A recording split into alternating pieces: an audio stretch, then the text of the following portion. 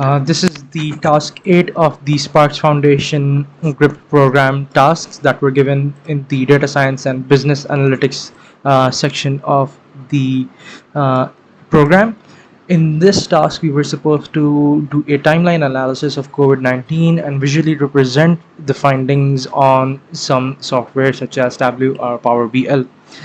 So to start off, I downloaded the data from the John Hopkins GitHub repository for the COVID-19 spread worldwide.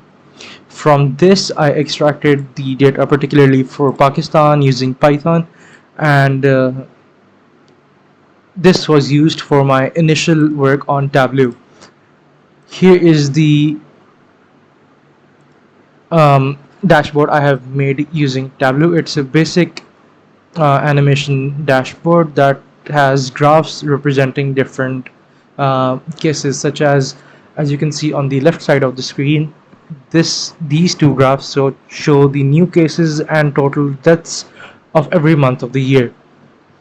On the top right of the screen, we can see the total number of cases, and on the bottom right of the screen, we can see the total population vaccinated as well as the total population.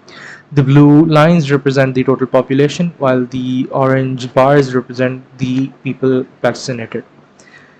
We can also use the animation feature to animate from the first month till the end. I will start that right now, and in this animation we can see over time as the months go on how the trends and graphs change.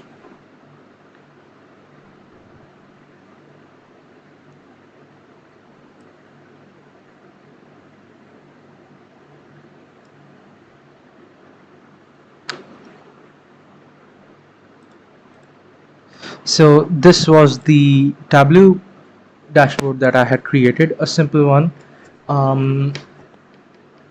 After that, I decided that I would also test out Power BL. This was the first time I had used either of these softwares, so I wanted to work around both of them to check out how they interacted and how they worked, which is why these visualizations are simple, but I think they get the job done. So for the Power BL dashboard,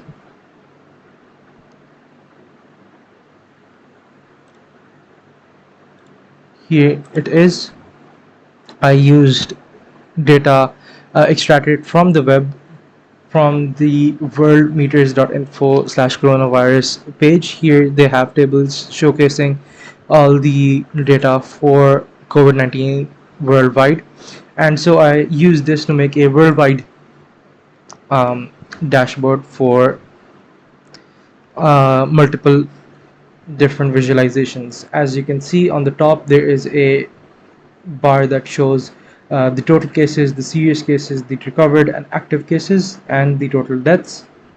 On the right hand side, we can visualize the total number of cases alongside the total number of deaths for every country. The donut bar pie chart shows the total deaths by country, and which shows that the European countries had the most amount of deaths in total.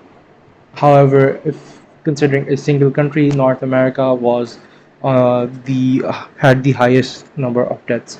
It's also showing continents besides countries. On this map, there is a simple if-else statement which checks whether or not the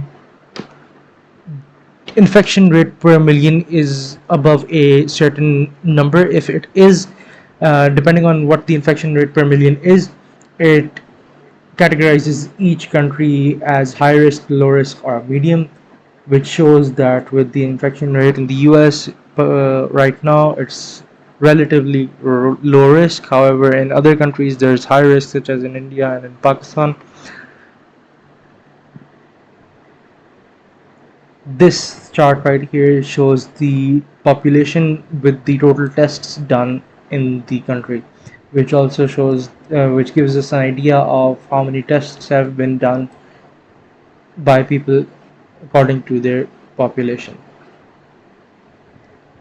some of the data in this particular um, data set was missing, so I had to either replace them or with 0 or some other value that was more fitting for that data.